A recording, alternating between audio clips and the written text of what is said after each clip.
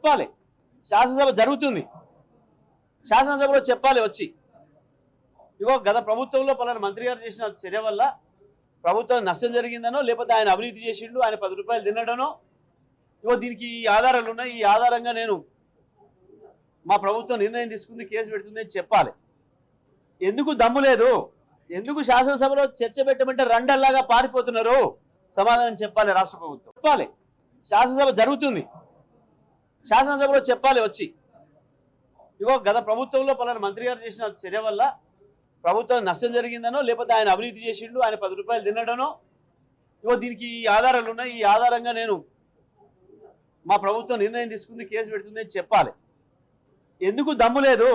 ఎందుకు శాసనసభలో చర్చ పెట్టమంటే రండల్లాగా పారిపోతున్నారు? సమాధానం చెప్పాలి రాష్ట్ర ప్రభుత్వం. చెప్పాలి.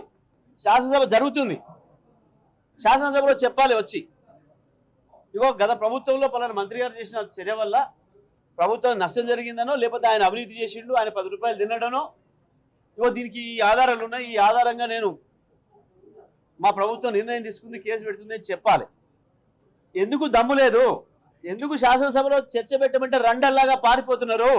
సమాధానం చెప్పాలి రాష్ట్ర ప్రభుత్వం. చెప్పాలి.